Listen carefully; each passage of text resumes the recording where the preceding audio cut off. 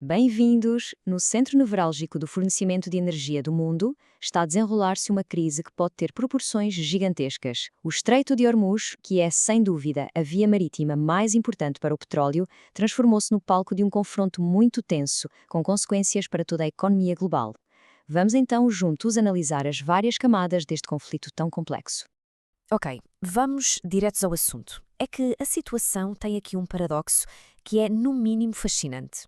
Os Estados Unidos, que são os defensores históricos da liberdade de navegação, estão a impor o seu próprio bloqueio precisamente no ponto que mais querem manter aberto. Parece não fazer sentido, pois não?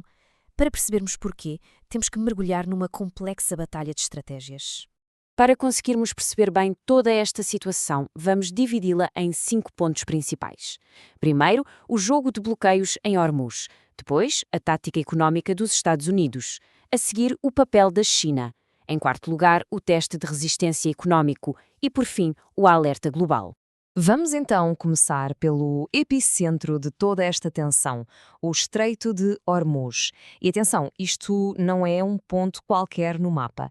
É um local onde a geopolítica e a economia mundial colidem de uma forma perigosa. A importância deste sítio não pode mesmo ser subestimada. Pensem nisto: cerca de um quinto de todo o petróleo que o mundo consome passa por esta passagem estreitíssima. Qualquer perturbação aqui não é só um problema regional, é um verdadeiro terremoto para os mercados de energia globais e, claro, para a carteira de toda a gente. E aqui o que estamos a ver é um verdadeiro jogo de xadrez estratégico. O Irão não fez um bloqueio total, não. Em vez disso, optou por um bloqueio parcial, a perturbar os seus rivais e, de uma forma muito astuta, a cobrar uma espécie de portagens para deixar os navios passar. Basicamente, transformou a crise numa fonte de receita. Em resposta, os Estados Unidos não tentaram forçar a abertura, mas impuseram um contra-bloqueio a visar diretamente a economia iraniana. Agora, vamos analisar mais a fundo esta tática americana. Não se trata de uma ação militar, pura e dura, mas sim de uma manobra económica muito precisa e, sem dúvida, poderosa. E esta citação, olhe, capta perfeitamente a essência da estratégia. A ideia é apertar a economia do Irão com tanta força que o regime se veja obrigado a negociar. É uma forma de guerra económica pensada para ser, como aqui é descrito, mais eficaz do que bombas. E para aplicar este tal torniquete, os Estados Unidos mobilizaram uma força militar impressionante. Liderado pelo porta-aviões USS Abraham Lincoln, este destacamento inclui mais de uma dúzia de navios, 10 mil militares e até 100 aviões de combate. A missão é muito clara, um cerco logístico total que impeça qualquer mercadoria de entrar ou sair dos portos do Irão. Portanto, o ponto-chave é este. O Pentágono foi muito explícito, o trânsito internacional continua aberto. O alvo não é o estreito em si, mas sim a capacidade do Irão de fazer comércio. Estão, na prática, a apagar o Irão do mapa comercial, enquanto permitem que o resto do mundo continue a navegar. E é assim que se resolve aquele paradoxo inicial. Mas este xadrez geopolítico tem bem mais jogadores. É que a crise não envolve apenas Washington e Teherão. Há um terceiro ator, um gigante, cuja influência é absolutamente decisiva: a China.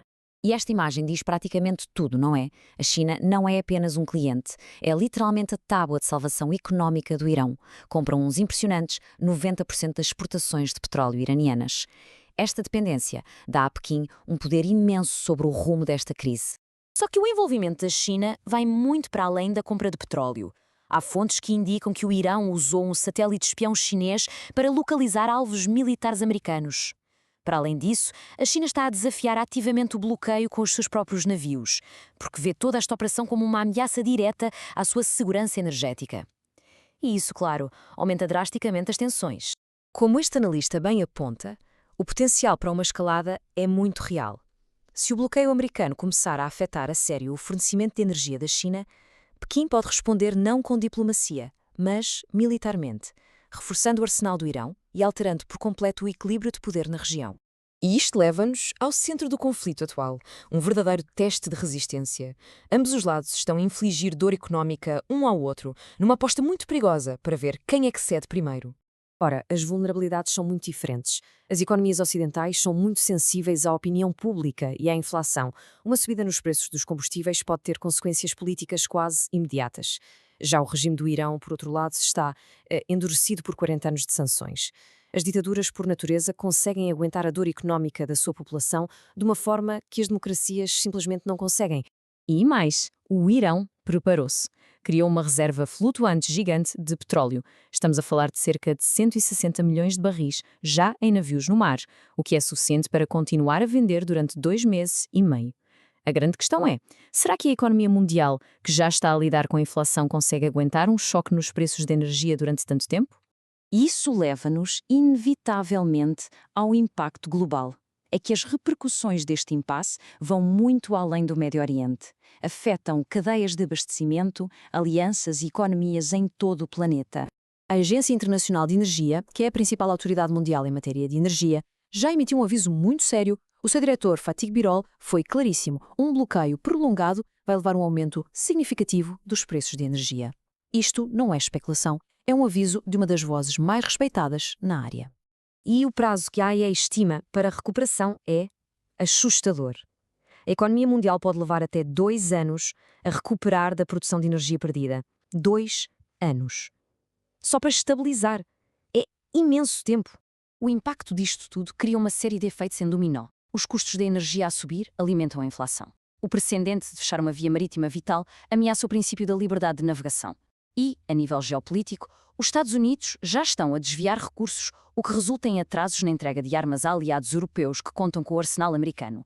Resumindo, o que estamos a assistir é um jogo de quem desiste primeiro, de altíssimo risco.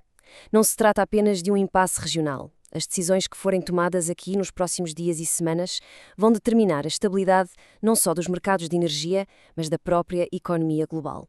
E isto deixa-nos com uma pergunta final que é crucial. Será que esta manobra dos Estados Unidos é um golpe de mestre, uma tática calculada que vai forçar o Irão a ceder?